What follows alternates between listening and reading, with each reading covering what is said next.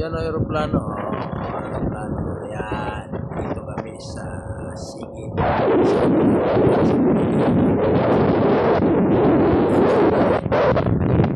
Ako na nga yan, lobat. Ay, sana lapit. Saan? Tulo na yan kanina. Nilipat tulo. Oo nga, ay ano pala yan? Yan, ang ganda na. Yung buwan o palubog na. Palubog na yung buwan. Dito sa Sigitan sa Cavite. Ang dami lumato kahit malakas yung hangin. Yang yung pier ng Ribisco. Pier ng Ribisco papunta doon. Yan ang Ribisco. Yan ang may-ari ng Ribisco. Yan ang Ribisco. Barkada namin. May tugtog kasi layo ko. Dito. Yun, pier din.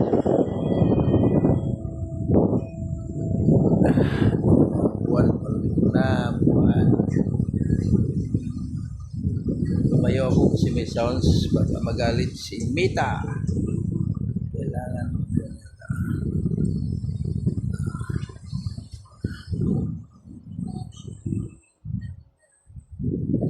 yan yung pier ng Ribisco. Yan. Daungan ng trigo, higupin. Papunta rin ng higop niyan. Ayan din magturo sa inyo kung saan papunta ng higop niyan. Yan. Yan ang mga tangki ng mga ano. Yan ilagay. Inigat yung mga trigo. Papunta doon ginagawang Ribisco o biscuit.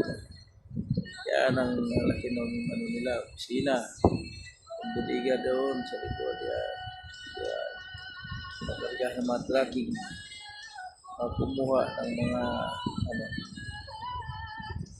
i-deliver ng mga sari-saring biscuit. Dito mga bangka naman. Bangka, spear. Yung buwan naman, oh. Palubog na. Dami lumaak dito kahit malakas ang hangin. Walang kalamok-lamok. Ang ganda ng kalikasan sa karagatan.